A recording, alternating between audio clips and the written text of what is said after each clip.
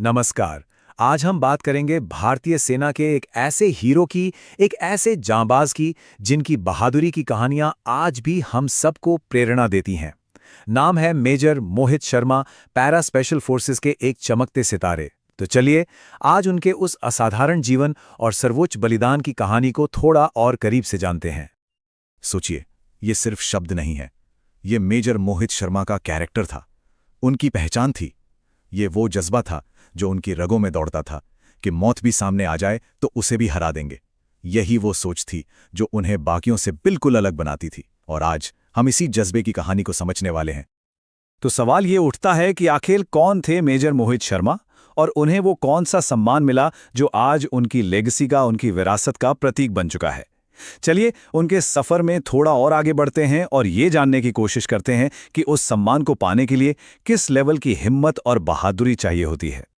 तो ये है उनकी प्रोफाइल, एक नजर डालते हैं। पूरा नाम मेजर मोहित शर्मा। जन्म हुआ 13 जनवरी 1978 को हरियाणा के रोहतक में, और उन्होंने ज्वाइन की इंडियन आर्मी की सबसे एलीट, सबसे खतरनाक यूनिट्स में से एक, 1 पैरा स्पेशल फोर्सेस। और फिर 21 मार्च 2009 कुपवाड़ा, जम्मू कश्मीर में देश के लिए अपना सर्वोच्च बलिदान दिया। इसी बहादुरी के लिए उन्हें मरणोपरांत यानी पोस्टमसली अशोक चक्र से सम्मानित किया गया। देखिए, कोई भी योद्धा एक दिन में नहीं बनता। उसके पीछे सालों की मेहनत, ट्रेनिंग और एक खास परवरिश होती है।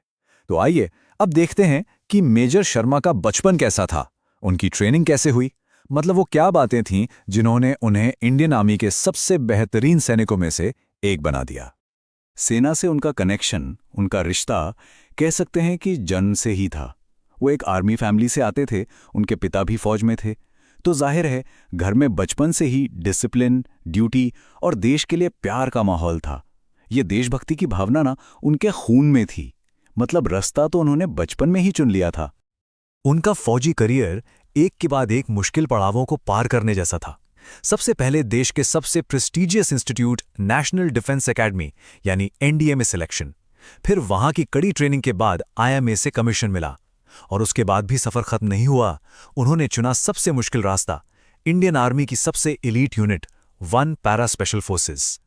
यहां तक पहुंचने ही अपने आप में एक बहुत बड़ी बात है, और उन्होंने हर पड़ाव पर खुद को साबित किया। आपको पता है, उनके साथी उन्हें खास नाम से बुलाते थे, मैड मैक्स।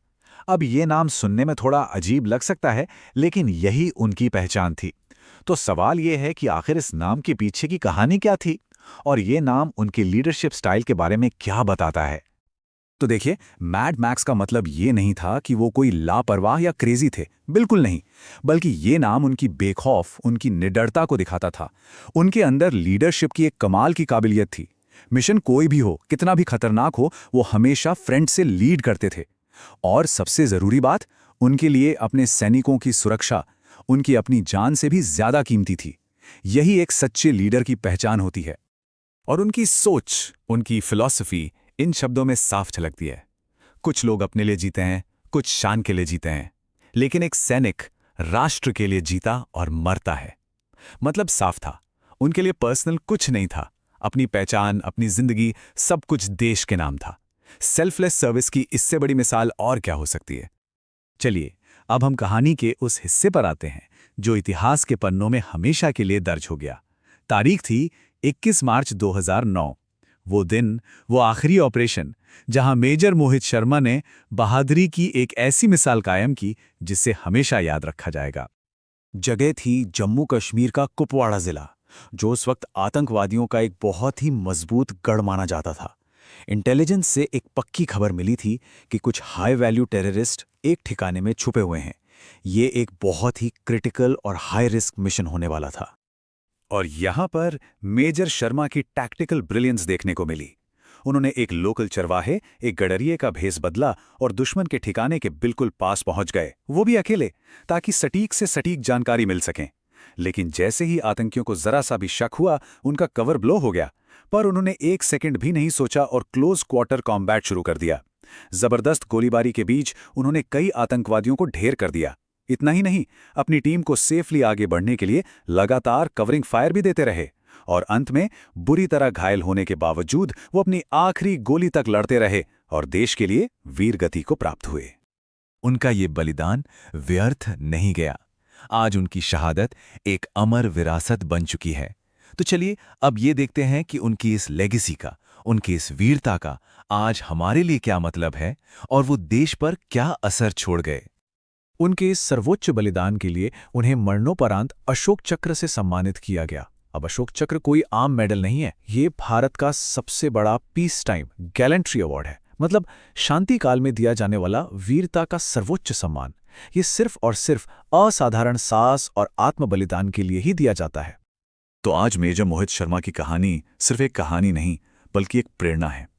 वो इंडियन आर्मी के ऑफिसर्स के लिए एक आइकॉन है। जो युवा स्पेशल फोर्सेस में जाना चाहते हैं, उनके लिए वो एक रोल मॉडल है। और सच कहूं तो हर हिंदुस्तानी के लिए वो हिम्मत और साहस का एक प्रतीक है। उनकी जिंदगी हमें बस एक ही सबक सिखाती है, कंट्री बिफोर सेल्फ, देश सबसे पहले, खुद बाद में। और हम आज इस कहानी को यहीं एक बहुत गहरे सवाल के साथ खत्म करते हैं कि अपने अस्तित्व से, अपनी जिंदगी से भी बड़ी किसी चीज के लिए खुद को पूरी तरह समर्पित कर देने का आखिर मतलब क्या होता है। मेजर मोहित शर्मा की जिंदगी हमें इसी सवाल पर सोचने पर मजबूर करती है। एक ऐसी जिंदगी जो वाकई में खुद से कहीं ज्यादा बड़ी थी।